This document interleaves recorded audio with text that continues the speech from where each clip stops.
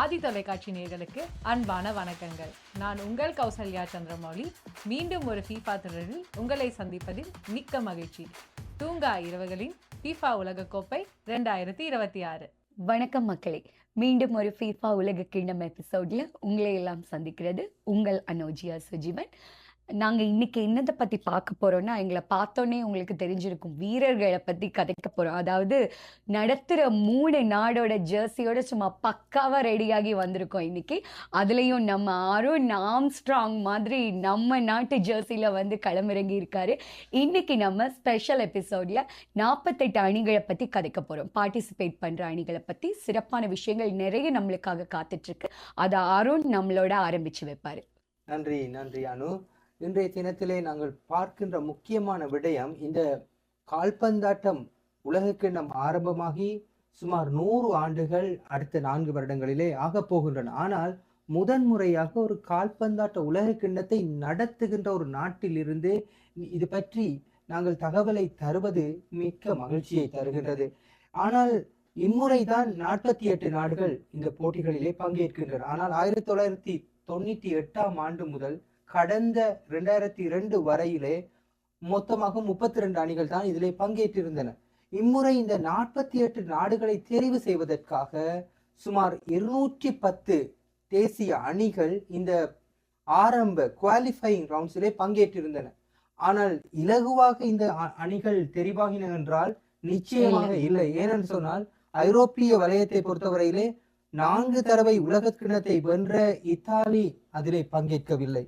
அதே போன்று ஆப்பிரிக்க வலயத்திலே சூப்பர் ஈகிள்ஸ் எனப்படுகின்ற முக்கியமான நைஜீரியா அணி இல்லை. இங்கே இந்த சவுத் அமெரிக்காவிலே இருக்கின்ற முக்கியமான அணி CONCACAF எனப்படுகின்ற கப்பை பலமுறை வென்ற சிலி இம்முறை இல்லை. இப்படி பல முக்கிய அணிகள் இல்லாத நிலையிலும் 48 அணிகள் பலத்த போட்டிகளின் பின்னே தெரிவாகி இருக்கின்றன. சில நாடுகள், சின்ன நாடுகள் கூட இருக்கின்றன. வெறுமனே சனத்தொகை 150,000 பேர் இருக்கின்ற கொரசோ என்ற ஒரு நாடு கூட இருக்கின்றது இம்முறை உலக கிண்ணத்தில். இது பற்றி பல விடயங்களை உங்களுக்கு தரப்போகிறோம். அதற்கு முன்பாக இந்த போட்டிகளை நடத்துவதற்காக பெருந்தொகை பணத்தை நாடுகள் செலவழித்திருக்கின்றன. அதிலே குறிப்பாக கனடா மாத்திரம் $1 பில்லியன் அதிகமான பணத்தை செலவழிச்சிருக்கின்றது. அதிலே கனடாவிலே மொத்தமாக 13 போட்டிகள் நடக்கின்றன.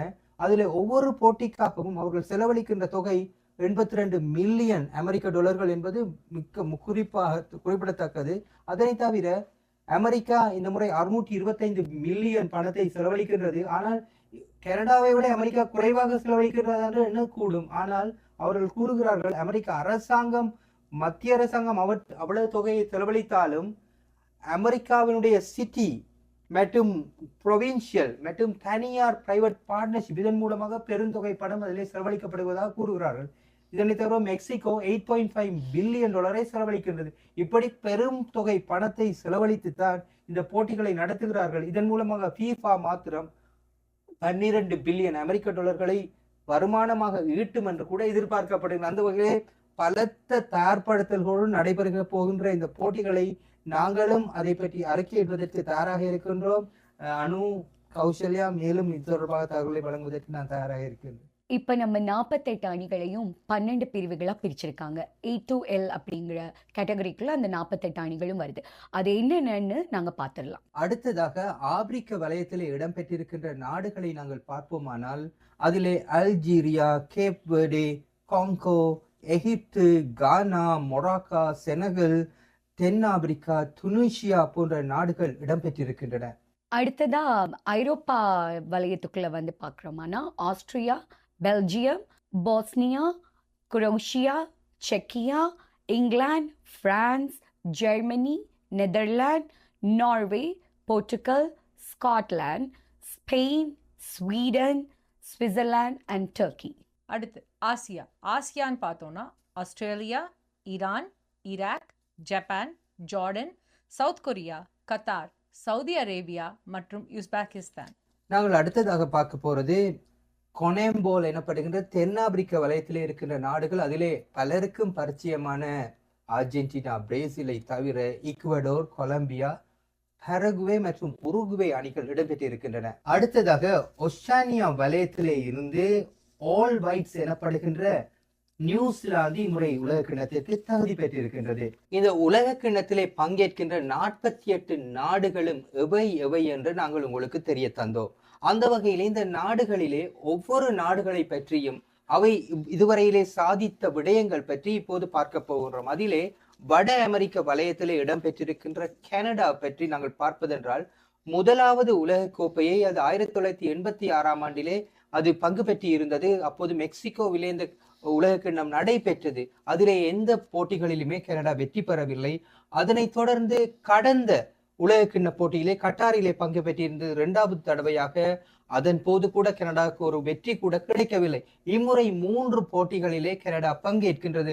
அதிலே ஒரு போட்டி முதலாவது ஜூன் 12ஆம் தேதியிலே பொஸ்னியாவோடு பங்கேற்க இருக்கின்றது. அதனைத் தொடர்ந்து இன்னொரு போட்டி கட்டாரோடு இருக்கின்றது 18ஆம் தேதி. அதனைத் தொடர்ந்து இறுதி போட்டி சுவிட்சர்லாந்து அணியோடு இருக்கின்றது. இம்முறை கனடா எவ்வளவு தூரம் பயணிக்கின்றது என்று கூற முடியாமல் போனாலும் கூட ஒரு வெற்றியையாவது பதிவு செய்ய வேண்டும் என்பதுதான் பலருடைய விருப்பமாக இருக்கும் என்பதிலே மிக இல்லை. கண்டிப்பா அருண், நீங்க சொன்ன மாதிரி எவ்வளவோ matches we are looking forward Canada team விளையாடுறதுக்கு. அதுல ஒரு வெற்றியாவது அவங்க கண்டிப்பா கொடுக்கணும் இல்லையா? அதே மாதிரி அடுத்த நாடு பிரம்மாண்டமா வந்து அவங்க உலக கோப்பைக்காக வெயிட் பண்ணிட்டு பண்ணக்கூடிய ஒரு நாடு, அதுவும் உலக நாட்டின் மிக சிறந்த ஒரு நாடுன்னு சொல்லலாம், விச் இஸ் யூஎஸ்ஏ. ஸோ யூஎஸ்ஏன்னு பார்த்தோம் அப்படின்னா அவங்க 12 உலக கோப்பை விளையாடி இருக்காங்க. அவங்க 12 விளையாடினது மட்டும் இல்லை, 3வது இடத்துல 1930 வந்திருக்காங்க. அதுக்கப்புறம் 2002 அவங்க வந்து இறுதி சுற்று வரலும் போயிருக்காங்க. அவங்களோட பிளேயர்ஸ் அந்த அணி நம்ம பார்த்தோம்னா அவங்களுக்கு ஆரம்பிக்கிற பேஸே அவங்க ஹோம் டெரிட்டோரியில் ஆரம்பிக்குது. அப்போ அவங்களுக்கு ஆடட் அட்வான்டேஜ் மட்டும் இல்லாமல் யூஎஸ்ஏல இருக்கக்கூடிய சாக்கர் பிளேயர்ஸுக்கு இருக்கக்கூடிய ஒன்று என்னன்னா ஃபிசிக்கல் ஸ்ட்ரென்த்தும் என்டூரன்ஸும். அந்த ஃபிசிக்கல் ஸ்ட்ரென்த்தும் என்டூரன்ஸ் பேஸில் அவங்க ரொம்ப அதிகமாக வந்து இந்த தடவை ஃபைனல்ஸ் வரலும் குவாலிஃபை ஆகி ஜெயிக்கிறதுக்கு நிறையா வாய்ப்பு இருக்குன்னு ஸ்டாட்டிஸ்டிக்ஸ் சொல்லுது. ஆமாம் கௌஷி, நீங்கள் கரெக்டாக சொன்னீங்க. அமெரிக்கா உலகத்துலேயே வல்லரசு நாடு, அது எல்லாருக்குமே தெரிஞ்ச விஷயம் எக்கானமியில். ஆனால் ஃபுட்பாலில் என்ன வேணாலும் நடக்கலாம், அதுக்கு யாருமே இதுக்கு பொறுப்பெடுத்துக்க முடியாது. ஆனால் நான் இன்னைக்கு மெக்சிகனா உங்கள் முன்னாடி வந்திருக்கேன். ஸோ வட அமெரிக்காவோட இப்போ லாஸ்ட் பார்ட்டான மெக்சிகோ நாடை பற்றி நான் உங்களுக்கு பேச போகிறேன். மெக்சிகோ பார்த்தீங்கன்னா உலகத்திலேயே உலக வரலாற்றிலேயே 18 முறை உலக கோப்பையில் பங்கேற்ற ஒரு வல்லரசான, அதாவது ஃபுட்பாலில் வலிமை நாடா திகழ்து இல்லையா? ஸோ அது மட்டும் இல்லை, 1970, அப்புறம் 1986, 2022 இந்த 2026 இந்த நாடுகளில் ஃபுட்பாலை நடத்தக்கூடிய முதல் பெருமை, அதாவது 3 தடவை இந்த நாட்டில் நடந்திருக்கிறதுக்கான வரலாற்று பெருமையை மெக்சிகோ பதிவு பண்ணியிருக்கு. இதை யாராலையும் மறுத்து பேச முடியாது. அப்புறம் பார்த்தீங்கன்னா 90ஆம் ஆண்டுகளில் இந்த நாடு பேன் பண்ணப்பட்டிருந்துச்சு. ஸோ அதால் விளையாட முடியாமல் போச்சு. அண்ட் 99 ஃபீஃபா கான்ஃபெடரேஷன் கோப்பையை கூட மெக்சிகோ அடிச்சிருந்துச்சு இல்லையா? ஸோ 94ஆம் ஆண்டுலேருந்து இந்த நாடு தொடர்ச்சியாக பங்கேற்றுட்டு வருது.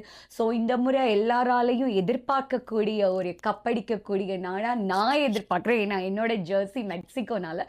ஸோ தொடர்ச்சியாக பார்க்கலாம், தொடர்ச்சியாக பேசலாம். மெக்சிகோ மற்றும் அமெரிக்காவை பற்றி பேசணும்ன்றதுக்காக அவங்க கப்படிப்பாங்கன்னு சொல்றதெல்லாம் என்னால ஏற்றுக்கொள்ள முடியாது. ஏன்னா இதுவரைக்கும் அவங்க கப்படிச்ச வரலாறு கிடையாது. இந்த முறை வர்ற மற்ற டீம் எல்லாம் ஏதோ 10ஓட 11 கிடையாது. அவங்க பெரிய சேலஞ்சர் தரக்கூடிய டீமா இருக்கு. அந்த வகையில இவங்க ஒரு போட்டிகளை நடத்துகின்ற நாடுன்ற வரையில நீண்ட தூரம் பயணிக்கலாம். ஒரு குவார்டர் ஃபைனல் வர்றது, செமி ஃபைனல் வர்றது, அப்படி கூட சொல்லலாம். ஆனா கப் அடிப்பாங்கன்னு சொல்றது வந்து எனக்கு ரொம்ப அது அருண் என்னோட ஜெர்சினால நான் கொஞ்சம் பெருமையா பேசினேன் அருண், வேற ஒண்ணும் இல்ல. இதை விட ஒரு சாதனையான விடயமா நான் பாக்குறது இந்த முறை குரோசோன்ற ஒரு சின்ன நாடு. அந்த நாட்டை பாத்தீங்கன்னா வெறுமனே 159,000 பேர் தான் அங்க வசிக்கிறாங்க. நான் யோசிக்கிறது எப்பயுமே இந்தியா மாதிரி 150 கோடி பேர் இருக்கிற, சைனா மாதிரி 150 கோடி பேர் இருக்கிற ஒரு நாடு கூட செய்ய முடியாத விஷயங்களை கூட இந்த சின்ன நாடு இந்த முறை ஃபுட்பால் வேர்ல்ட் கப்ல விளையாடுறன்றது ஒரு பெரிய விஷயம். இது வந்து எங்களுக்கு நாங்க கூட பயணிக்கக்கூடிய தூரத்துல இருக்கு. கனடாவில இருந்து கரீபியன் தீவுகள்ல இந்த புளோரிடா அதுகளுக்கிட்ட தான் இருக்கிற இந்த சின்ன நாடு 2017ஆம் ஆண்டுல கூட இது ஒரு கரீபியன் கிண்ணத்தை கூட இந்த நாடு வென்றிருந்தது. அந்த வகையில பலருடைய ஒரு அவதானிப்புக்குள்ளாகிற ஒரு நாடாக இது இருக்க போகுது இந்த முறை. சின்ன நாடுன்னு சொல்றீங்க, அதுவும் இவ்வளோ. அப்போ அதோட எக்ஸ்பெக்டேஷன்ஸை நீங்க செட் பண்றீங்க. நானும் ஒரு சின்ன நாடோட தான் வந்திருக்கேன். இப்போ நம்ம பார்க்க போற நாடு ஹைட்டி. இது ஒரு கெரபியன் நாடு. இது இப்போ 2வது தடவையா பார்ட்டிசிபேட் பண்ண போறாங்க ஃபீஃபா உலகக்கோப்பையில். அதே மாதிரி இவங்களுக்கு வறுமை கோட்டுக்கு கீழே இருக்கக்கூடிய நாடு. 1974 இவங்க ஃபர்ஸ்ட் பார்ட்டிசிபேட் பண்ணும்போது அதில் ஒரு பிளேயர் வந்து ரொம்ப டஃப் கொடுத்தாரு. அவர் பேர் இமானுவல் செனோன். அதெல்லாம் ஃபன் ஃபேக்ட். இப்போ இவங்க என்ன டஃப் 2026 கொண்டு வர போறாங்கன்னு பார்ப்போம். அடுத்ததா நம்ம பனாமா நாட்டை பற்றி பார்க்க போகிறோம். வட அமெரிக்காவில் உள்ள ஒரு சின்ன நாடு. ஸோ இந்த பிராந்தியத்துக்கு கீழே வருது. அந்த நாடை பற்றி நாங்கள் பேச போகிறோம். இது 2018 அப்புறம் இந்த உலக கிண்ணத்தில் இவங்க பார்ட்டிசிபேட் பண்ணுறாங்க. 2018 ரஷ்யாவில் நடந்ததுக்கு அப்புறமா இவங்களோட 2வது தொடராக இது அமைய போகுது. இவங்க வந்து நிறைய பிராந்திய கோல்டு கப் அதில் இறுதி போட்டி வரை முன்னேறின ஒரு நாடாக பார்க்கப்படுது. ஸோ இவங்களையும் எதிர்பார்க்கலாம். சின்ன நாடை விடக்கூடாது நம்ம இல்லையா? ஸோ இவங்களையும் எதிர்பார்க்கக்கூடியதா இருக்கும். அடுத்ததா நாங்க பார்க்க போறது மிகவும் முக்கியமான ஒரு நாடு. போன முறை சாம்பியன் அடித்த அர்ஜென்டினாவை பற்றி பார்க்க போறோம். இதை பற்றி பேசுறதுக்கு நாங்க எதனையுமே பார்க்க கூட தேவையில்லை. ஏன்னா அந்த அளவுக்கு மனதுல பதிந்த ஒரு நாடு. உலகத்துல கண்டங்களை தாண்டி பல ரசிகர்களை கொண்ட ஒரு நாடு தான் அர்ஜென்டினா. 1978 முதன்முறையாக உலக கிண்ணத்தை வென்ற அர்ஜென்டினா மேரியோ கேம்பஸ் தலைமையிலாக பின்னர் 1986 உலகத்தையே பரவசத்தில் ஆழ்த்தி இருந்தது. மெரடோனா என்ற ஒரு வீரரை உலகத்துக்கு அவருடைய இதை காண்பித்து. ஏன்னா அதுக்கு பிறகு பார்க்காதவங்க எல்லாம் மெரடோனான்னு பேச தொடங்கினாங்க. இதுவரைக்கும் அந்த பெருமை அந்த இது இன்னும் போகல. பிறகு இவ்வளவு நாள் தாமதத்திற்கு பின்னர் 2022 மெஸ்ஸி தலைமையிலே அர்ஜென்டினா 3வது தடவையாக சாம்பியன் ஆகி இருக்கு. 2014 உலக கிண்ணத்துல இறுதி போட்டி வரை முன்னேறி இருந்தார்கள். அப்போது மெரடோனா தான் கோச், மெஸ்ஸி கேப்டனா இருந்தாங்க. அந்த போட்டியில மெரடோனா பெரிதும் எதிர்பார்த்திருந்தார். ஆனால் அவர் இறந்து போய்விட்டார். ஆனால் அதையெல்லாம் அந்த எதிர்பார்ப்புகளை எல்லாம் கடந்த உலக கிண்ணத்துல அர்ஜென்டினா நிறைவேற்றி இருந்தது. இம்முறை மெஸ்ஸியுடைய இறுதி போட்டி 6வது உலக கிண்ணம் எந்த மாதிரி பல எதிர்பார்ப்புகளோட மீண்டும் வர்றாங்க. பாப்போம் எப்படி இருக்க போகுதுன்னு. மக்களே, நம்ம இவ்வளோ நேரமும் வட அமெரிக்கா பற்றி பார்த்தோம். இப்போ தென் அமெரிக்காவுக்குள்ள வரப்போகிறோம். அமெரிக்கானாலே ஸ்ட்ராங் தானே. அது தென் துருவமாக இருந்தானே வட துருவமாக இருந்தானே. அமெரிக்கா வந்து பலமான நாடு தான். அதில் இப்போ நம்ம தென் அமெரிக்கா பற்றி பார்க்க போகிறோம். அதில் முதலாவதாக நான் பேச போகிறது பிரேசில். ரொம்ப ஸ்ட்ராங்கான ஒரு வலிமையான நாடு இல்லையா? அதோட 5 தடவை உலகக்கோப்பையை தன்வசப்படுத்திய நாடு. 1958, 1962, 70, 94, 2002 அவ்வளோத்தையுமே அப்படியே வேர்ல்ட் கப்பில் பதம் பார்த்த நாடு அது. இதுவரைக்கும் உலகக்கோப்பை வரலாற்றில் நடந்த 1930 தொடங்கி இப்போ வரைக்கும் நடந்த அனைத்து வேர்ல்ட் கப்லையுமே பார்ட்டிசிபேட் பண்ண ஒரே நாடுன்னா அது பிரேசில் மட்டும்தான். அந்த பெருமை அவங்களுக்கு மட்டும்தான் சேரும். ஸோ அவங்க அதிகபட்சமாக 5 கப்பை தன்வசப்படுத்தி இருக்காங்க. அதோட 2026 பராகுவேயை 1-0 அப்படிங்கிற கோல்ல வின் பண்ணி தகுதி பெற்றிருக்கிறாங்க. ஸோ 1930 அவங்க இப்போ வரைக்கும் பங்கேற்ற முதல் பெருமை வகிக்கிற நாடு பிரேசிலையே சேரும். அடுத்ததாக பிரேசிலுக்கு சற்றுமே சளைக்காத ஒரு நாடுண்டா அது அர்ஜென்டினா தான். ஏனென்றா வேர்ல்ட் வைடா நாங்க ஃபேன் பேஸ பார்த்தோம்டா எங்கேயுமே அர்ஜென்டினாட அந்த நீல கலர் ஜெர்சிய போடாதவங்க இருக்க மாட்டாங்க. அந்த அளவுக்கு பாப்புலர் ஆனது. ஏன்னா இந்த பாப்புலர் ஆக்கினதுக்கு முக்கிய காரணம் வந்து மெரடோனா. 1986 அவருடைய தனி திறமையின் காரணமாக மிகுந்த ஒரு பரபரப்பை விறுவிறுப்பை ஏற்படுத்தி அந்த உலக கிண்ணத்தை வென்று கொடுத்திருந்தார். அது அர்ஜென்டினா வென்ற 2வது உலக கிண்ணம். 1வது உலக கிண்ணத்தை 1978 வென்றாங்க மேரியோ கேம்பஸ் தலைமையில. பின்னர் கடந்த முறை அர்ஜென்டினா 3வது தடவையாக நீண்ட இடைவெளிக்கு பின்னர் சாம்பியன் பட்டம் வென்றிருந்தது மெஸ்ஸி தலைமையில. உண்மையிலே அர்ஜென்டினா எப்ப களத்துக்கு வந்தாலும் அவங்களோட போட்டியை காண்றதுக்கு பெரும் ஆர்வம் பலரிடம் காணப்படும். இம்முறை மெஸ்ஸியுடைய கடைசி உலக கிண்ணம் 6வது தடவையாக அவர் உலக கிண்ண போட்டிகளில் பங்கேற்கிறார். அதற்காக மிகுந்த ரசிகர் பட்டாளம் நிச்சயமாக இருக்கும் என்பதிலே எந்தவித ஐயமும் கிடையாது. கண்டிப்பா மெஸ்ஸியை பார்க்கறதுக்கு நாங்க எல்லாரும் காத்துட்டு இருக்கோம். நானும் ஒரு சலிச்ச நாடோட வருவேனா. 14 முறையா இவங்க வந்து உலக கோப்பையில பார்ட்டிசிபேட் பண்ணியிருக்காங்க. அப்படி ஒரு நாடு அது வேற எந்த நாடுமே இல்லை, உருகுவே. ஸோ இது 1930 ஆண்டுலேருந்தே வந்து உலக கோப்பையில இருக்கு. அதுவும் இல்லாம இவங்க 14 முறையாக நான் சொன்னேன் இல்லையா பார்ட்டிசிபேட் பண்ணியிருக்காங்க. 2 முறை வந்து சாம்பியன்ஷிப்பையும் ஜெயிச்சிருக்காங்க. இதோட ஃபன் ஃபேக்ட் என்னன்னா, இவங்களுக்கு இவ்வளோ வெற்றி இருந்தும் இதோட பாப்புலேஷன் வந்து கொஞ்சம் குறைஞ்ச நாடு. ஆனால் அப்படியும் நாங்கள் ஃபீஃபாவுக்கு சலிச்சவங்க இல்லைன்னு இன்னைக்கும் போட்டியா டஃப் காம்படிஷன் கொடுத்துட்டு இருக்காங்க. ஆமா, அடுத்ததான் நாங்க பார்க்க போறது பராகுவே. இந்த நாடை பத்தி சொல்லணும்னா 2010ஆம் ஆண்டுக்கு அப்புறமா ஒரு நீண்ட இடைவெளிக்கு பிறகு உலகக்கோப்பை போட்டியில களம் காண போற நாடு இது. இது மொத்தமா 9 முறை உலகக்கோப்பை போட்டிகள்ல பங்கு பெற்றிருக்காங்க இந்த நாடு. அதுலயும் பாத்தீங்கன்னு சொன்னா 2010ல் குவார்டர் ஃபைனல்ஸ்க்கு தேர்வு செய்யப்பட்டது தான் இவங்களோட சிறப்பம்சமா பார்க்கப்படுது. 16 ஆண்டுகளுக்கு அப்புறமா களம் காண போறாங்க. ஸோ இந்த நாடு என்ன பண்ண போகுது ஃபீஃபாவில்னு நாங்க பொறுத்திருந்து பார்க்கலாம். அடுத்து நாங்க பார்க்கறது ஒரு தென் அமெரிக்க நாடு தான், அதுதான் ஈக்வடோர். இம்முறை 5வது உலகக்கிண்ண போட்டிகள்ல அவங்க பங்கேற்கிறாங்க. 2006ஆம் ஆண்டுல அவங்க இறுதி 16 பேர் கொண்ட அந்த அணிகள்ல ஒன்றாக அவர்கள் முன்னேறி இருந்தார்கள். அதான் இதுவரையில உலக கிண்ணத்தில் அவர்கள் அதிக தூரம் பயணித்ததாகவும், இந்த முறை அவங்க பல எதிர்பார்ப்புகளோட வாராங்க. ஆனாலும் அவங்கள சுற்றி பல டஃப்பான அணிகள் இருக்கின்றபடியா எவ்வளவு தூரத்துக்கு முன்னேறுவாங்கன்று நாங்க பொறுத்து தான் பார்க்க முடியும். அதே மாதிரி அடுத்த நாடு கொலம்பியா. கொலம்பியா இது ஒரு திறமையான ஒரு நாடு. இதோட ஃபீஃபா உலகக்கோப்பை வரலாறுல பார்த்தோம்னா 6வது முறையாக இவங்க விளையாடுறாங்க. அதுவும் இல்லாம 2014ல் திறமையான ஒரு ஸ்ட்ரைக்கர் இங்க இருந்திருக்காரு, ஜேம் ராட்ரிகஸ். அவரோட இதுல அந்த டீம் அந்த நேரம் நல்லாவே வந்து வெற்றி பெற்று என்டியூரன்ஸ்ல ரொம்ப முன்னேறி இருக்காங்க. அதே மாதிரி இப்பயும் வந்து இறுதி வரையில அப்ப போனாங்க. இப்பயும் இவங்களுக்கு எக்ஸ்பெக்டேஷன்ஸ் இருக்கதான் செய்யுது.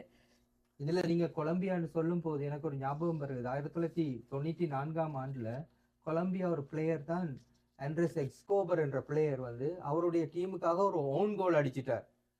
ஓன் கோல் அடிச்சதன் காரணமாக அவர் அமெரிக்காவில் நடந்த அந்த உலக கிண்ணத்தில் அவர் வீட்டை போன பிறகு அவரை சுட்டு கொண்டுடுறாங்க. ஏனென்றா அந்த போட்டிகள்ல கொலம்பியாவில் இருக்க போதை வஸ்து குழுக்கள் நிறைய காசை பெட் பண்ணி இருந்து அவங்க நினைச்சாங்க இவர் ஒழுங்கா விளையாடாம தண்டாடிக்கா எதிராகவே கோல் அடிச்சிட்டாங்கன்னு சொல்லி அவரை சுட்டு கொண்டாங்க. அது இன்னுமே ஒரு மிகவும் ஒரு கசப்பான மறக்க முடியாத ஒரு விடயமாக அமைந்திருக்கு.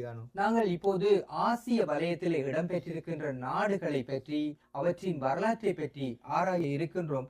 அதற்கு முன்பாக இப்போது நாங்கள் ஒரு முக்கியமான விடயத்தை கூற வேண்டும். ஏனென்றால் அண்மை காலமாக அதிகமாக கால்பந்தாட்டம் வளர்ச்சி கண்டு வருகின்ற நாடுகள் என்றால் அது ஆசிய நாடுகள் தான். இதற்கு உதாரணம் என்றால் உலகத்தின் அவதானத்தை தற்போது ஈர்த்து வைத்திருக்கின்ற சவுதி ப்ரோ லீக் போட்டிகள் சவுதி அரேபியாவிலே நடைபெற்று வருகின்றன. 2034ஆம் ஆண்டிலே சவுதி உலக கிண்ணத்தை நடத்த போகின்றது முதல் தடவையாக.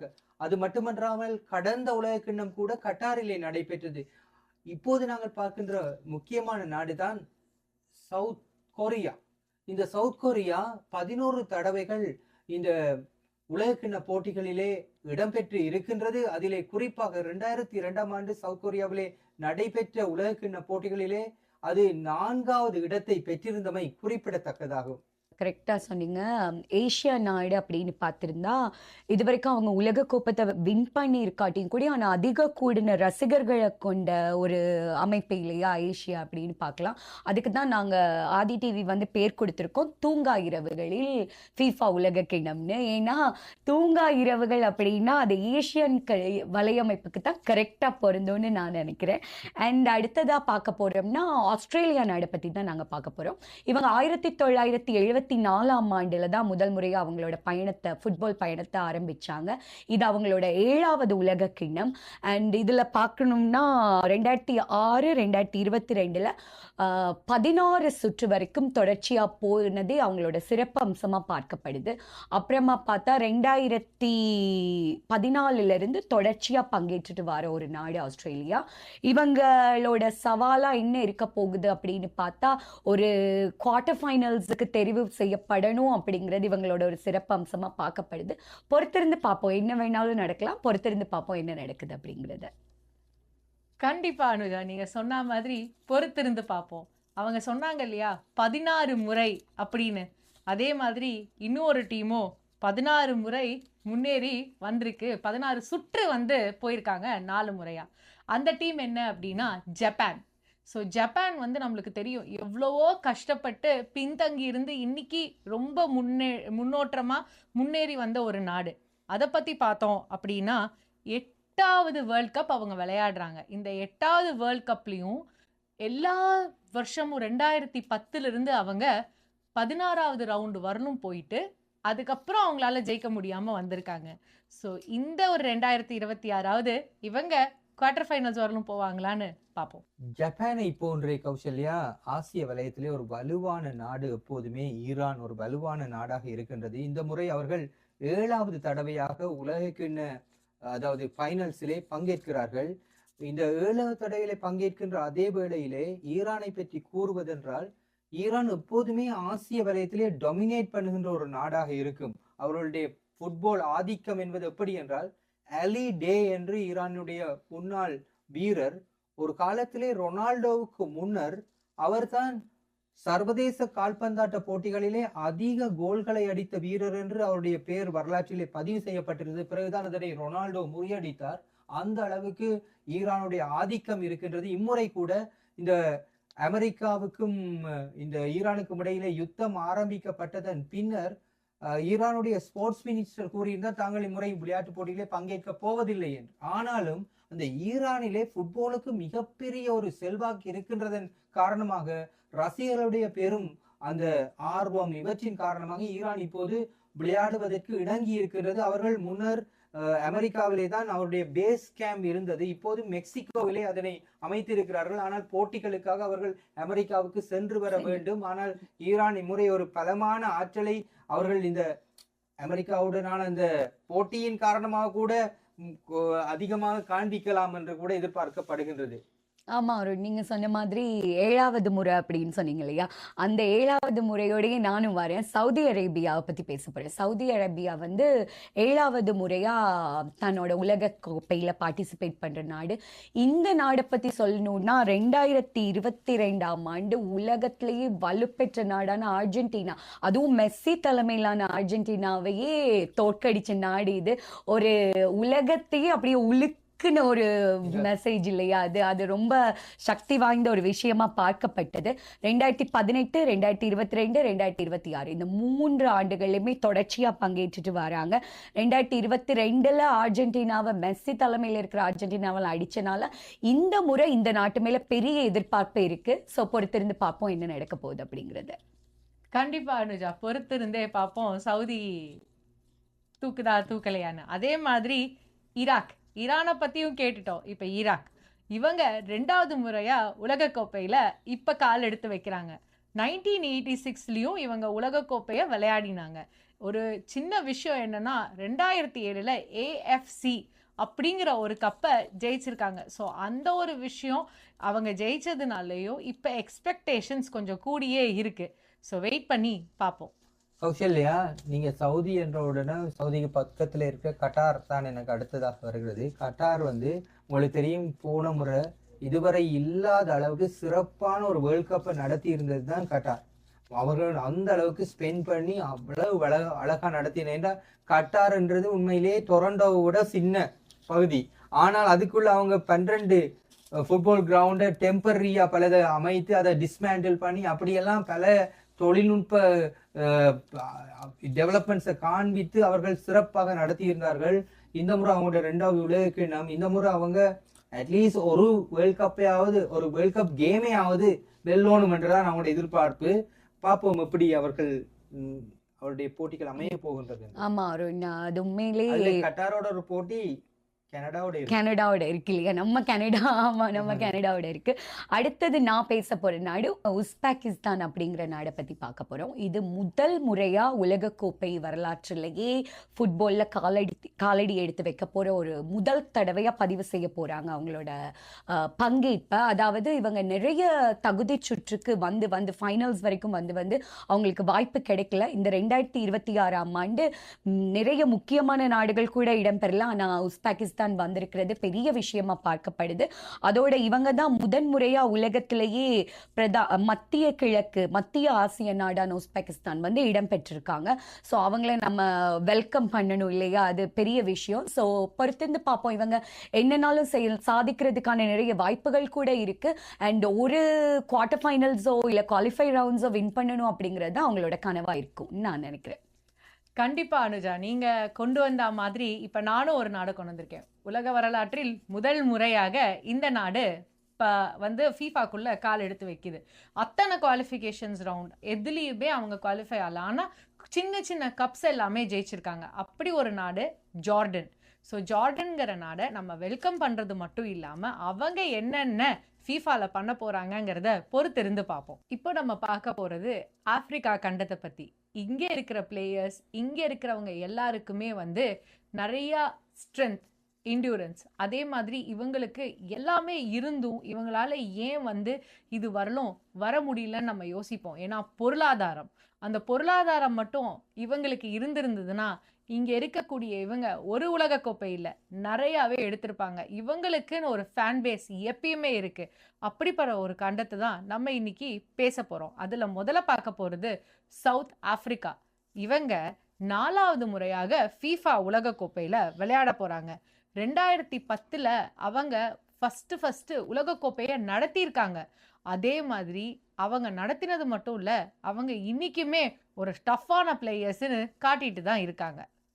உண்மையில தான். என்ற 2010 this time for Africa and ஷக்கீராட ஒரு பாட்டு இருக்குது. அது வந்து வக்கா வக்கா அந்த பாட்டு இன்னும் ஞாபகமே இருக்கு எனக்கு. அந்த வகையில நான் இப்போது பார்க்க போறோம் அல்ஜீரியா என்ற நாடு. அல்ஜீரியா 5 முறை உலகக்கிண்ண போட்டிகளில் பங்கேற்று இருக்கு. 1982 அல்ஜீரியா வந்து ஜெர்மனியை வீழ்த்தினாங்க, அதில் டிஃபீட் பண்ணாங்க. அது ஒரு மறக்க முடியாத ஒரு நிகழ்வாக இருந்தது. அது பிறகு 2014 கூட ஜெர்மனியோட அவங்க இந்த சூப்பர் குரூப் 16 வரையில ஒரு டஃப் ஃபைட்டை கொடுத்துருந்தாங்க. அல்ஜீரியா என்றவங்களுக்கு நினைவுக்கு வர்றது பிரான்ஸோட ஒரு புகழ்பெற்ற உலகத்திலேயே இருக்கிற விரல் விட்டு எண்ணக்கூடிய மிகச்சிறந்த வீரர்கள் ஒருவர் தான் ஜினேடின் ஜிடான். அவருடைய தாயகம் கூட அல்ஜீரியா தான். அந்த அளவுல அல்ஜீரியா ஃபுட்பாலுக்கு அவங்க நேரடியா கூட அவங்க கப் வெள்ளாட்டி கூட அவங்களுடைய நாட்டில பிறந்த வீரர்கள் கப் என்ற அணிகள்ல பெரும் பங்காற்றி இருக்கிறார்கள். ஆமாம் அருண், நீங்கள் சொன்ன மாதிரி அல்ஜீரியாவை பற்றி சொன்னீங்க இல்லையா, அதே மாதிரி நான் கொண்டு வந்திருக்கிற நாடு வந்து ஈஜிப்ட். அதாவது அவங்க தான் ஆப்பிரிக்கா கண்டத்திலேயே முதல் பங்கேற்றின ஒரு நாடு இல்லையா. 1934 ஃபீஃபா உலக கிண்ணம் 1930 ஆரம்பிக்கப்பட்டுச்சு. ஆனால் அடுத்த 2வது உலக கிண்ண போட்டியிலே கலந்து கொண்ட முதல் ஆப்பிரிக்க கண்ட நாடுன்ற பெருமை வந்து ஈஜிப்டை தான் சேரும். அவங்களோட 4வது உலக கிண்ண போட்டி இது. அவங்க ஆப்பிரிக்கா கண்டத்தோட 7 முறை சாம்பியன் பட்டம் வென்ற ஒரு பலமான நாடு. ஸோ பொறுத்திருந்து பார்க்கலாம், இவங்களுக்குமே ஒரு சில வாய்ப்புகள் இருக்கு. ஸோ பார்க்கலாம் என்ன நடக்குது அப்படிங்கிறது. கண்டிப்பா நீங்க சொன்ன மாதிரி தான் அனுஜா. ஈஜிப்ட் நாடு வந்து முதல் முறையாக 1934 பார்ட்டிசிபேட் பண்ணிச்சுன்னு சொன்னீங்க. எதிர்பார்ப்புகள் ஜாஸ்தியா இருக்கக்கூடிய ஒரு நாடு தான். அதே மாதிரி தன்னோட உலகக்கோப்பை ஜேர்னில 5வது முறையாக ஒரு நாடு வந்து பங்கேற்க போகுது. அதுக்கு பேரு கானா அப்படிங்கிற ஒரு நாடு. இவங்களுக்கு இன்னொரு பேரும் இருக்கு உலகக்கோப்பையில, பிளாக் ஸ்டார்ஸ் அப்படின்னு. அந்த மாதிரி இந்த அணி வந்து 2010 ரொம்ப டஃப் கொடுத்து ரொம்ப ட்ரை பண்ணாங்க. அதனால அவங்களுக்கு பெரிய ஃபேன் பேஸ் இருக்கு. இப்ப இந்த தடவை அவங்க என்ன பண்றாங்கங்கிறத பார்ப்போம். கௌசல்யா, அடுத்ததாக ஆப்பிரிக்க வலயத்தில் இருக்கிற ஒரு முக்கியமான நாட்டை தான் நாங்க பார்க்க போறோம், மொராக்கோ. கடந்த உலக கிண்ணத்தை பார்த்தவங்க மொராக்கோவோட பெர்ஃபார்மன்ஸை உண்மையிலேயே மறக்க முடியாது. அவங்க வந்து செமிஃபைனல் வரைக்கும் முன்னேறி ஆப்பிரிக்கா வலயத்தில இருந்து ஃபர்ஸ்ட் டைமாக ஆப்பிரிக்கன் கண்டினென்ட்ல இருந்து செமிஃபைனல் போன நாடு, அரப் நாடுகள்ல முதலாவது செமிஃபைனல் வந்த நாடு என்ற பெருமைக்குரிய நாடு தான் மொராக்கோ. இந்த முறை 7வது உலக கிண்ணத்துல பங்கேற்கிறாங்க. இதுல இன்னும் ஒரு பெருமைக்குரிய விடயம் என்னவென்றா, அடுத்த முறை 2030 உலக கிண்ண போட்டிகள் போர்த்துகல், ஸ்பெயின், மொராக்கோவில் கூட மேஜரா நடைபெற இருக்கிறதுன்றது ஒரு குறிப்பிடத்தக்க ஒரு தக்க விஷயம். ஆமா, நீங்க சொன்ன மாதிரி அருண், செனகல் அப்படின்ற ஒரு நாடும் இருக்கு இல்லையா அந்த கான்டினென்ட்ல பார்க்க போனா, அதுவும் ஒரு முக்கியத்துவம் வாய்ந்த நாடு. ஏன் நான் அப்படி சொல்றேன்னா, அவங்க 3 முறை தான் உலக கிண்ணத்துல பார்ட்டிசிபேட் பண்ணியிருக்காங்க. ஆனாலுமே 2002ஆம் ஆண்டுல அவங்க பிரான்ஸையே வீழ்த்தினாங்க இல்லையா? வீழ்த்தி தான் காலிறுதிக்கு தகுதி பெற்றாங்க. ஸோ ரொம்ப அதிக அளவிலான ரசிகர்களை கொண்ட ஒரு ஆப்பிரிக்கா கண்ட நாடா செனகல் பார்க்கப்படுது. ஸோ அந்த நாடு பிரான்ஸை வீழ்த்தினால அந்த நாட்டுக்கும் இந்த முறை நிறைய எதிர்பார்ப்புகள் இருக்கு. ஸோ ஆப்பிரிக்கா நாட்டுல இதுவும் ஒரு பலம் வாய்ந்த நாடா பேசப்படுது. கண்டிப்பா எதிர்பாராததை எதிர்பாருங்கள். அதே மாதிரி இப்போ கேபோ வெர்டே அப்படிங்கிற ஒரு நாடை பத்தி பார்க்க போறோம். இது ஆப்பிரிக்கா கண்டத்தோட ஒரு தனி தீவு நாடு. முதல் முறையாக இவங்க இப்போ வேர்ல்ட் கப்புக்கு தன்னோட காலை எடுத்து வச்சிருக்காங்க. அதுவும் இல்லாம இவங்க எந்த வகைக்கு ஜெயிக்க போறாங்க, டஃப் கொடுக்க போறாங்கன்னு கொஞ்சம் பொறுத்திருந்து பார்ப்போம். கௌசல்யா, நான் இப்போ கூற போற நாடு ஐவரி கோஸ்ட். இந்த நாட்டை பற்றி நாங்க நிறைய பற்றி தெரியாம இருந்தாலும் கூட அந்த நாட்டின் வீரர்கள் ஐரோப்பாவில் இருக்க முன்னணி லீக்ஸ்ல விளையாடுறவங்க. அதுல வந்து டிடியர் ட்ரொக்பான்றவரை நாங்க பலரும் தெரிஞ்சிருக்க வாய்ப்பு இருக்குது. டிடியர் ட்ரொக்பா இந்த ஐவரி கோஸ்ட் வந்து கடந்த சில உலக கிண்ணங்களை தவற விட்டு இருந்தாலும் கூட இந்த முறை மீண்டுமாக அவங்களுக்கு ஒரு விளையாடுறதுக்கு ஒரு சந்தர்ப்பம் கிடைத்திருக்கு. 2 முறை அவங்க ஆப்பிரிக்கன் சாம்பியன் பட்டத்தை வென்றிருந்த ஐவரி கோஸ்ட் இந்த முறை 4வது தடவையாக உலக கிண்ணத்துல பங்கேற்கின்றமை குறிப்பிடத்தக்கது. அதே மாதிரி டுனீசியா அப்படிங்கிற ஒரு நாடு இருக்கு இல்லையா, அதுவும் இந்த முறை 7வது உலக கோப்பையை அவங்க பார்க்குறாங்க. ஸோ அவங்க முதல்ல 1978ஆம் ஆண்டு உலக கோப்பையில் இறங்குனாங்க. அந்த 78ஆம் ஆண்டிலேயே முதல் வெற்றியை பதிவு செஞ்சாங்க. அப்படி பார்க்க போனால் ஆப்பிரிக்கா கண்டத்திலேயே முதல் வெற்றியை பதிவு செஞ்ச நாடு அப்படிங்கிற பெருமை டுனிசியாவை தான் போய் சேரும் இல்லையா. ஸோ அவங்களும் 3 முறையாக தொடர்ந்து 2018, 2022, 2026 களம் கண்டுட்டு வராங்க. இவங்க நாக் அவுட் சுற்றெல்லாம் கடந்து சந்திச்சதே இல்லை. ஸோ அதுக்கான வாய்ப்புகள் இவங்களுக்கு இருக்கா அப்படிங்கறத பார்க்கலாம். இப்போ காங்கோ அப்படிங்கிற ஒரு நாடை பத்தி பார்க்க போறோம். இவங்க 2வது தடவையா உலக கோப்பையில கால் எடுத்து வைக்கிறாங்க. முதல் முறையா 1974ல வந்து ஜேர் அப்படிங்கிற ஒரு பேர்ல இந்த நாடு விளையாண்டது. அதுக்கப்புறம் இப்போ ரொம்ப காம்படிஷன்ஸ்க்கு அப்புறமா அவங்க உலக கோப்பையில கால் எடுத்து வைக்க போறாங்க. கொஞ்சம் எக்ஸ்பெக்டேஷன்ஸும் இருக்கு, பார்ப்போம். மக்களை, நம்ம இவ்வளவு நேரமும் எல்லா கண்டங்களையும் பற்றி பேசிட்டோம். கடைசியாக நம்ம பேச போறது யூரோப் கண்டம். ரொம்ப முக்கியமான கண்டம். பல விதமான உலகத்திலேயே ரசிகர்களை, ஃபுட்பாலுக்குன்னு தனிப்பட்ட ஒரு ரசிகர்கள் கூட்டம் இவங்களுக்கு இருக்கு. ஆண்களா இருக்கட்டும் பெண்களா இருக்கட்டும் 2 தரப்புலையுமே அதிகூடின ரசிகர்கள் கூட்டத்தை கொண்ட ஒரு கண்டம்னா அது யூரோப் கண்டம் தான். ஏன்னா இந்த நாடு வந்து நிறைய யூரோப் லீக்குகளை நடத்தக்கூடிய ஒரு யூரோப் கண்டமா பார்க்கப்படுது. ஜெர்மன், இதுல இருக்கிற நாடுகள் வந்து German, Italy, France, Spain, England, இந்த எல்லா நாடுமே கப் அடிச்சிருக்கிறாங்க.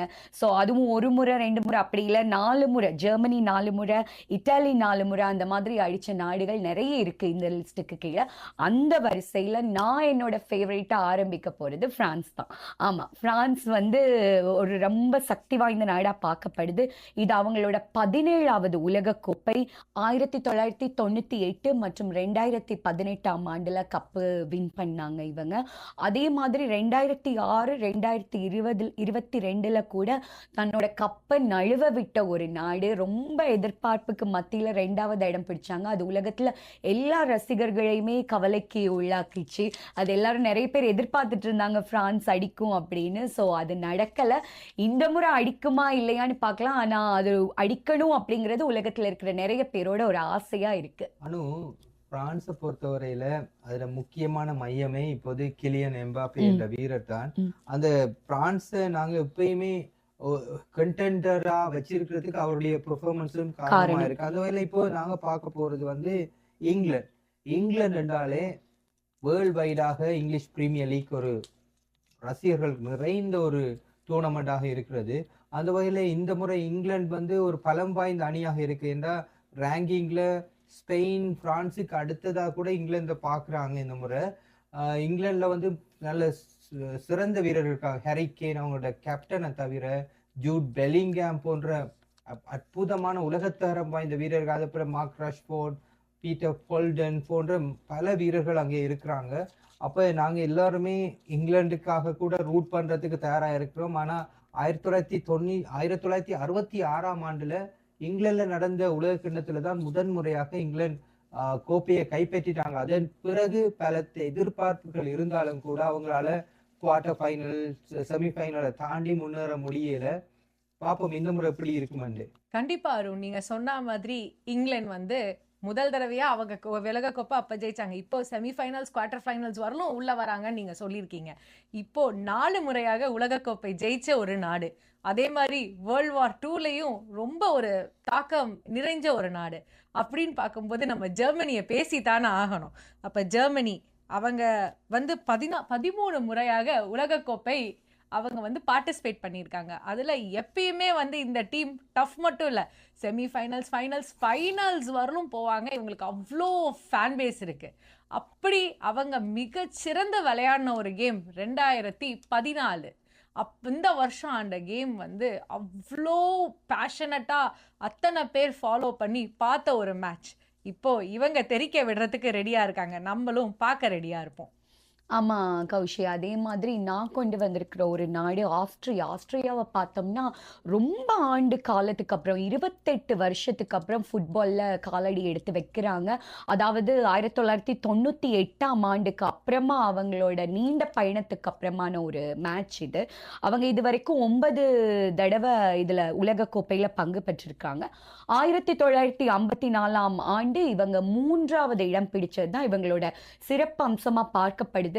பார்க்கலாம், ரொம்ப ஆண்டு காலத்துக்கு அப்புறம் வாரனால ஏதாவது ஒரு பிரேக் கொடுக்க போறாங்களா இல்லையான்னு பார்க்கலாம். அடுத்து நான் பேச போற அணி, உலகத்துல சில நேரம் டம்மா துண்டு தான் பவர்ஃபுல் ஒரு இது இருக்கு. அது மாதிரி சின்ன நாடு, ஆனா உலகத்துல அனைத்து அபிமானத்தையும் பெற்ற ஒரு நாடு தான் குரோஷியா.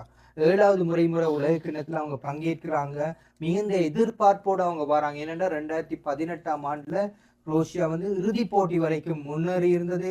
அதில் தவிர 1998, 2022 கடந்த உலக கிண்ணத்துல அவங்க 3ஆம் இடத்துக்கு அவங்க முன்னேறி இருந்தாங்க. குரோஷியாவில் இருக்கிற லூகா மோட்ரிக் என்ற அவங்களோட கேப்டன் தான் இந்த முறை 6வது உலக கிண்ணத்துல பங்கேற்க போகிறார். உண்மையிலேயே இதுல முக்கியமா என்ன கூறா, அவர் வந்து கோல்டன் பூட் இதெல்லாம் வென்ற ஒரு சிறந்த ஒரு வீரர். அவங்க வந்து எப்பயுமே தங்களுடைய சைஸ் சின்னனா இருந்தாலும் அவங்களோட பெரிய நாடுகளுக்கு சவால் விடுக்கிறதுல ஒரு நாளுமே சளைத்தவர்கள் அல்ல என்பதை பல தரம் நிரூபிச்சிருக்கிறாங்க. இந்த முறை கூட அவங்க நீண்ட தூரம் பயணிக்கிறதுக்கு வாய்ப்பு இருக்குது. கண்டிப்பா அருண், நீங்க சொன்ன மாதிரி குரேஷியா ஒரு சின்ன நாடு, நிறையா வந்து எக்ஸ்பீரியன்ஸ், அவங்களோட அந்த திறமைகள் அதெல்லாமே இருக்கிற நாடுன்னு சொன்னீங்க. இப்போ நானும் அந்த மாதிரி ஒரு நாடு தான் கொண்டு வந்திருக்கேன், நோர்வே வந்து ஒரு அவங்களுக்கு வந்து நிறையா வளங்கள் இருந்தாலும் இவங்க 4வது தடவையாக உலகக்கோப்பை விளையாட போகிறாங்க.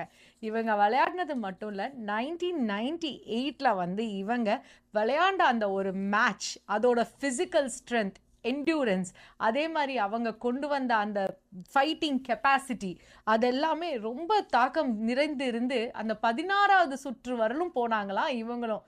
ஸோ இப்போ இந்த டீம் எவ்வளோ டஃப் கொடுக்குதுங்கிறத வெயிட் பண்ணி பார்ப்போம். ஆமாம் கௌஷி, சின்ன சின்ன நாடுகள் நிறைய இருக்கு இல்லையா? ஸோ அந்த நாடுகள் வரிசையில் அடுத்தது நாங்கள் பார்க்க போகிறது செக்கியா அப்படிங்கிற ஒரு நாடு. செக்கியா நாடு வந்து இது 10வது உலகக்கோப்பை அவங்களோடது. ஆனால் 1934 மற்றது 1962ஆம் ஆண்டில் 2வது இடம் பிடிச்சிருந்தாங்க இந்த நாடு. ஸோ இவங்களும் ஒரு சிறப்பு மிக்க நாடாக தான் பார்க்கப்படுது. அந்த லிஸ்ட்டில் இவங்க தனி நாடாக பிரிஞ்சதுக்கப்புறம் இவங்களோட 2வது உலகக்கோப்பை இதுவாக பதிவு செய்யப்படுது.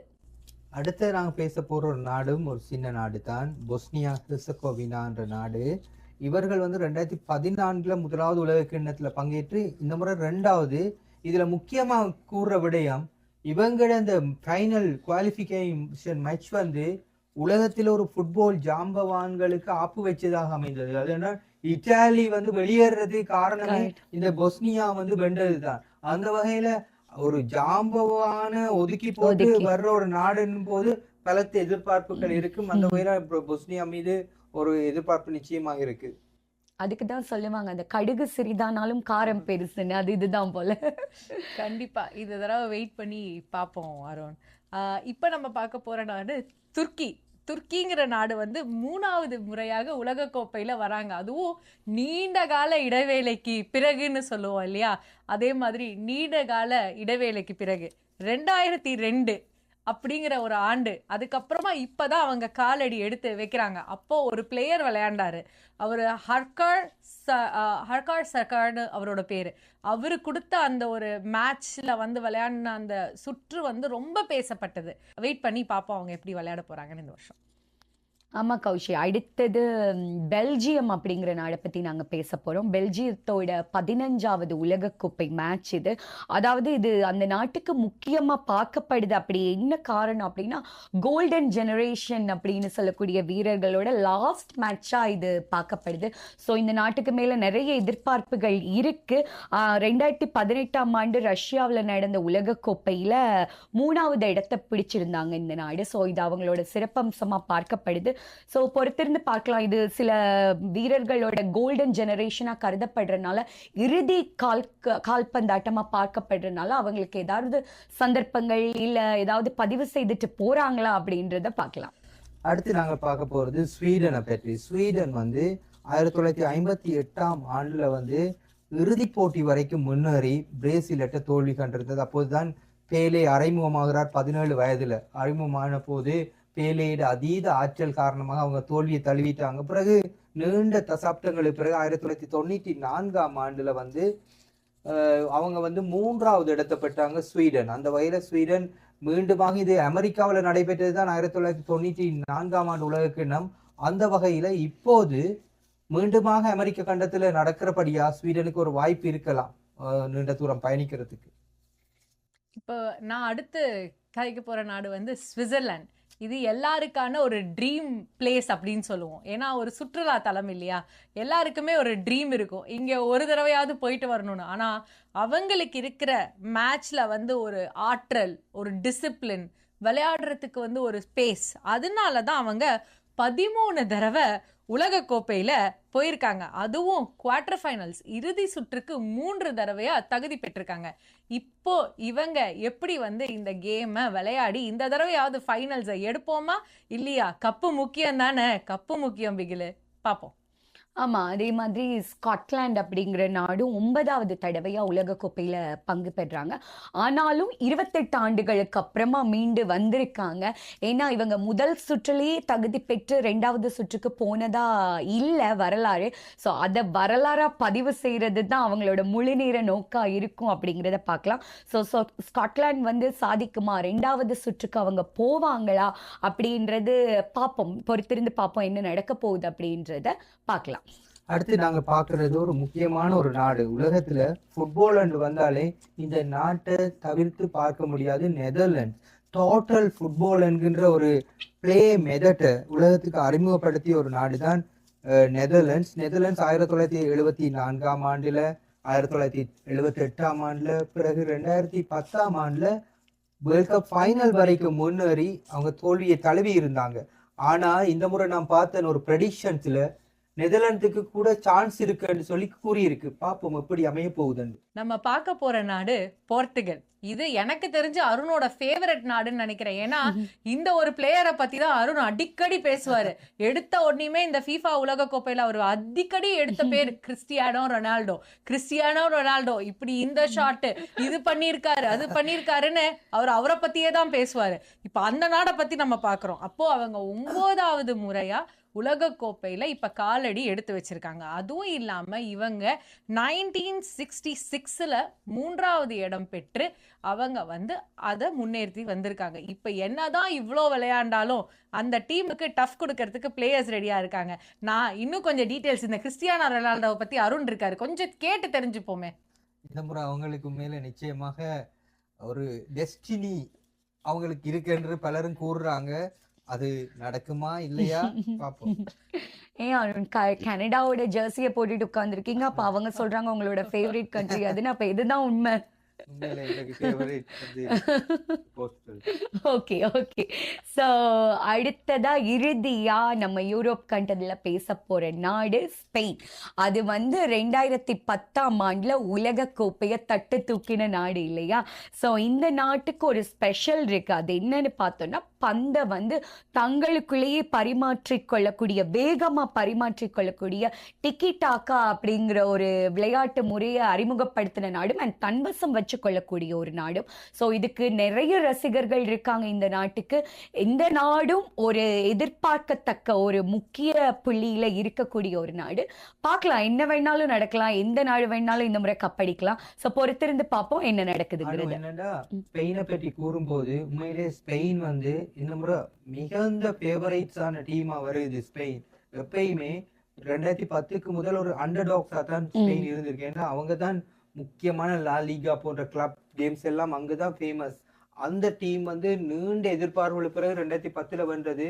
இந்த முறை கடைசியா நீங்க பாத்தீங்கன்னா யூரோ கிண்ணத்தை கூட ஸ்பெயின் தான் வென்றது. கடைசியா நடைபெற்ற யூரோ கிண்ணத்தை 2 வருடத்துக்கு முன்னர் ஸ்பெயினோட லமைன் ஜமால் என்ற 16 வயது வீரர் உலகத்தினுடைய பல ரசிகர்களை இப்ப பல்லாயிரக்கணக்கான ரசிகர்களை உள்வாங்கிய ஒரு வீரராக இருக்கு. இப்ப நாங்க இப்படி கிரிக்கெட்ல வைபவ் சூரியவன்சியை பற்றி பேசுறோம், அது மாதிரி லமைன் ஜமால் தான் இப்ப எல்லா உலக வீரர்களை விட அதிகமா பேசப்படுற ஒரு வீரராக இருக்கிறார், இளம் வீரராக. அந்த வகையில நீண்ட எதிர்பார்ப்புகளுக்கு பிறகு பலத்த எதிர்பார்ப்புகளோட ஸ்பெயின் வந்து இருக்கு. இந்த முறை டீம் இந்த முறை உலக கிண்ணத்துக்கு வராங்க.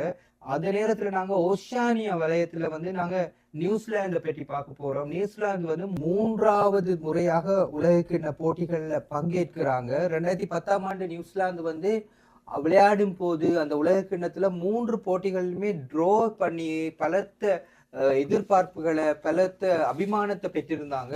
அந்த வகையில இந்த நியூசிலாந்து என்றாலே ஸ்போர்ட்ஸுக்கு அவங்க ஒரு ஃபேமஸ் தான். இந்த முறை கூட அவங்களுக்கு நிறைய எதிர்பார்ப்போட இந்த முறை போட்டிகள்ல பங்கேற்கிறாங்க. கண்டிப்பா அருண், நீங்க சொன்ன மாதிரி தான். நியூசிலாந்து அப்படிங்கும்போது வந்து அவங்களுக்கு எவ்வளோ தூரம் வந்து அந்த ஒரு ஓப்பனிங் இருக்கு. அது 3வது முறையாக வராங்க, அதுவும் தனி கண்டம் இல்லையா? ஸோ எக்ஸ்பெக்டேஷன்ஸ் கொஞ்சம் கூட ஜாஸ்தியாக தான் இருக்கும். மக்களே, இவ்வளவு நேரமும் எங்களோட நிகழ்ச்சி கொஞ்சம் நீண்ட தூரமா உங்களுக்காக பயணிச்சிருந்தாலும் கூட மிக முக்கியமான தகவல்களை நாங்க உங்களுக்காக இன்னைக்கு கொண்டு வந்திருந்தோம். அதாவது 48 நாடுகள், எந்தெந்த கண்டங்களுக்கு கீழே இந்தந்த நாடுகள் பார்ட்டிசிபேட் பண்ண போகுது, அதுக்கு அந்த நாடுகளோட மிக சிறப்பம்சங்கள் என்னென்ன அப்படின்றத மிக குறுகிய நேரத்தில் உங்களோட நாங்கள் பகிர்ந்துக்கிட்டோம். அதோட தொடர்ந்து உங்களுக்கு ஃபேவரட்டான நாடுகளுக்கு சப்போர்ட் பண்ணுங்க, எதிர்பார்ப்புகளை வைங்க. அடுத்து 6 வார காலங்களும் உலகமே அனைத்து விடயங்களையும் மறந்து கால்பந்தாட்டத்திலே மூழ்கி இருக்க போகின்றது. நீங்கள் கூட இன்றைய காலகட்டத்திலே பிள்ளைகள் இந்த AI உலகத்திலே அனைத்து விடயங்களையும் உடனடியாக மறந்து விடுகிறார்கள். இவர்களுக்கு வரலாறு ஞாபகம் இல்லை, புள்ளி விவரங்கள் தெரியவில்லை என்றெல்லாம் கவலைப்பட்டு கொண்டு இருக்காமல் இந்த உலக கிண்ணத்தை இதற்கான வாய்ப்பாக எடுத்துக்கொண்டு அவர்களுக்கு ஒரு விளையாட்டை அறிமுகப்படுத்துவதோடு மட்டுமல்லாமல் இவற்றை கூட நீங்கள் அறிமுகப்படுத்த விடலாம். இதன் மூலமாக ஒரு நாடுகளின் கலாச்சாரங்களை அறிந்து கொள்வார்கள், அவர்களின் வரலாற்றை அறிந்து கொள்வார்கள். இதன் மூலமாக அவர்கள் பல்வேறு விதமான இந்த தனிமைப்படுத்தல்களில் இருந்து தம்மை பாதுகாத்துக் கொள்வதற்கு இந்த ஃபுட்பால் மிக ஒரு பயனுள்ளதாக அமையும் என்பதிலே எந்த விதமான சந்தேகமும் இல்லை. இப்போ நம்ம நிகழ்ச்சியோட இறுதி கட்டத்துக்கு வந்துட்டோம். அடுத்த வாரம் நம்ம ஃபீஃபாவோட பிளேயர்ஸை பற்றி பார்ப்போம். ஸோ இப்போ வந்து ஒவ்வொரு கண்ட்ரீஸை பார்த்தோம். இனிமே அதில் விளையாடின பிளேயர்ஸை பற்றி பார்த்து அவங்கள பற்றி நிறைய விஷயங்கள் தெரிஞ்சுப்போம். ஆதி டிவியுடன் இணைந்தமைக்கு நன்றி. உலக கிண்ணத்திற்காக உலகமே ஆவலோடு எதிர்பார்த்து இருக்கின்ற இந்த வேளையிலே ஒவ்வொரு நாடுகளை பற்றி நாங்கள் ஒரு அறிமுகத்தை உங்களுக்கு தந்திருந்தோம். எதிர்வரும் நம்முடைய தொடரிலே நாங்கள் வீரர்களை பற்றி உங்களுக்கு அறிமுகப்படுத்த இருக்கின்றோம். அந்த வகையிலே தூங்கா இரவுகளில் உலக கிண்ணம் 2026 பற்றி ஆதி தொலைக்காட்சியோடு இணைந்திருந்தமைக்கு நன்றிகளை தெரிவித்து விடைபெறும் நான் அருண் ஆரோக்கியநாதன். தூங்கா இரவுகளில் ஃபீஃபா உலக கிண்ணம் 2026 மீண்டும் ஒரு அழகான நிகழ்ச்சியில உங்களை எல்லாரையும் சந்திக்கும் வரை உங்களிடமிருந்து விடைபெறுவது உங்கள் அனோஜியா சுஜீவன். நன்றி, வணக்கம். இன்று விடைபெறும் நான் உங்கள் கௌசல்யா சந்திரமௌலி.